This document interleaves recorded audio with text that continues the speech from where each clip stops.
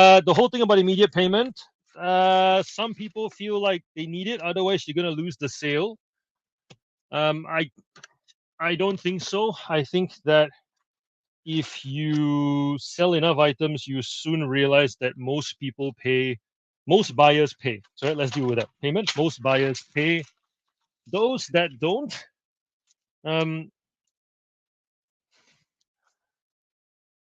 this part's probably less questionable, but just roll with it.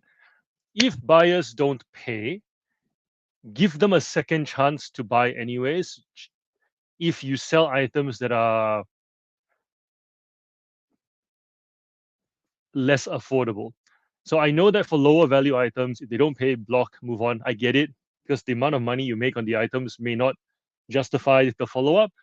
But there are definitely items on eBay where if someone buys it, they can go, oh,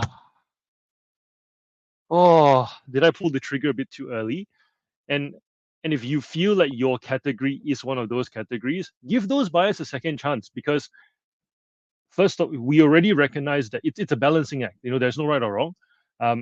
There are definitely sellers out there who have a one strike policy, some who don't have a strike policy at all. But I feel like if you recognize just how much of a journey it is to go from impressions to click through, which means you've done the work already, you're waiting for people to engage with it. Your listing has been shown millions of times, thousands of times, whatever the size of your store is. A small percentage of that have clicked on it.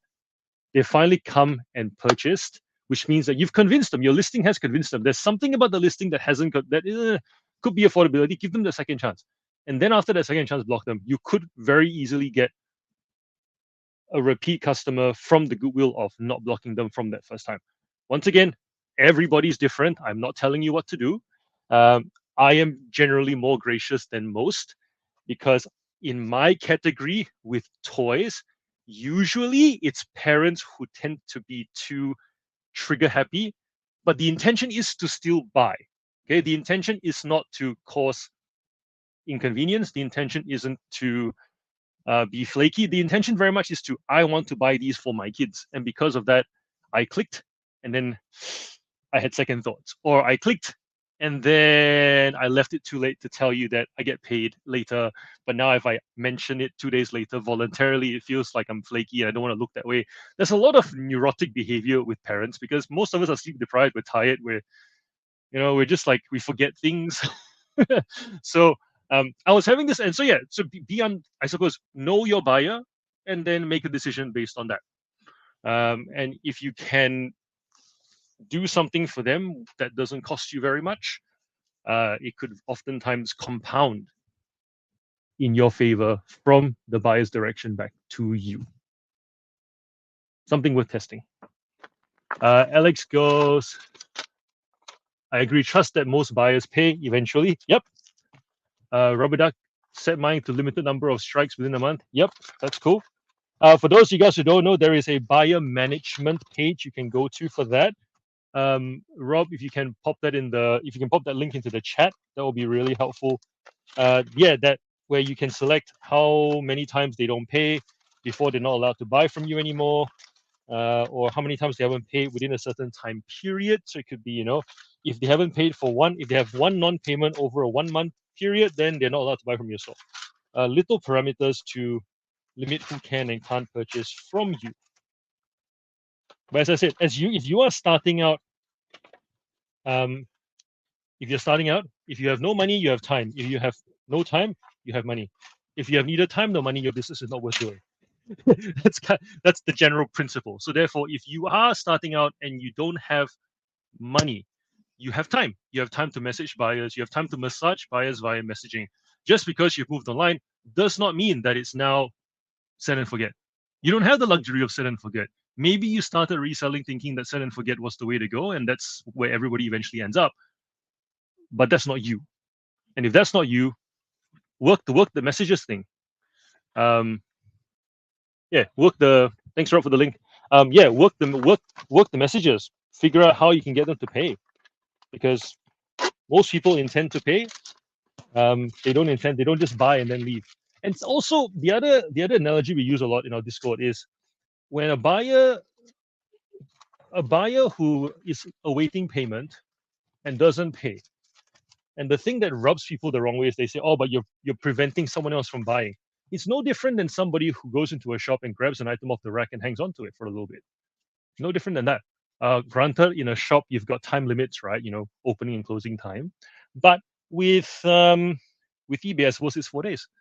You know, it's no. If you see it that way, it's less sinister. It's less intentionally annoying. It's just I'm grabbing a few things, hoping that I may check out with all of them. I may decide I can't. I may decide I don't want to. But until that point, most shopkeepers just let the buyers be, if they become buyers at all. But they don't judge early. That's normal behavior. So if you frame it that way, it's less annoying as well. And besides, right or wrong aside, the thing I want you guys to stop doing is reserving portions of your bandwidth for things like that. Because at the end of the day, right, when you become your own boss, you wear so many different hats. We talk about this all the time. You got the marketing hat, the HR hat, the accounting hat, the warehouse manager's hat, the pack and ship hat. You wear so many hats. Focus on those other hats, not this. This stuff really is not worth the bandwidth.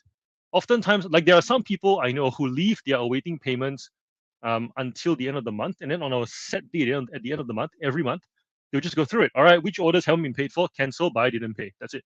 Like if you have a process for it, you no longer think about it. The last thing you want is to think about it. Then after that, be perplexed by it because you've run through all the scenarios in your head, and then you don't understand why it's happened. And then you go take to Facebook and create a post about it. Think about the amount of effort and bandwidth that takes.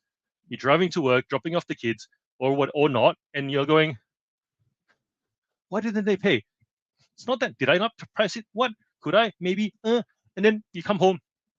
Then you finally go, I don't get it. I want the world to tell me why this is happening. And then you go ask someone else to use their bandwidth to help you figure out a situation that you have more information on than they do. Complete waste of time. So if you don't agree with this approach, then and it upsets you, I'm sorry. But time is precious. We wear so many hats. There's the fact that as you go from casual seller to full-time seller, there is more work to do than time and energy permits. And so for those reasons, any sort of pointless activities that we don't have to do, let it go.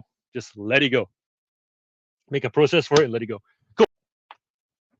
Thank you everyone for being here. Thank you for participating in the stream, giving us great topics to talk about.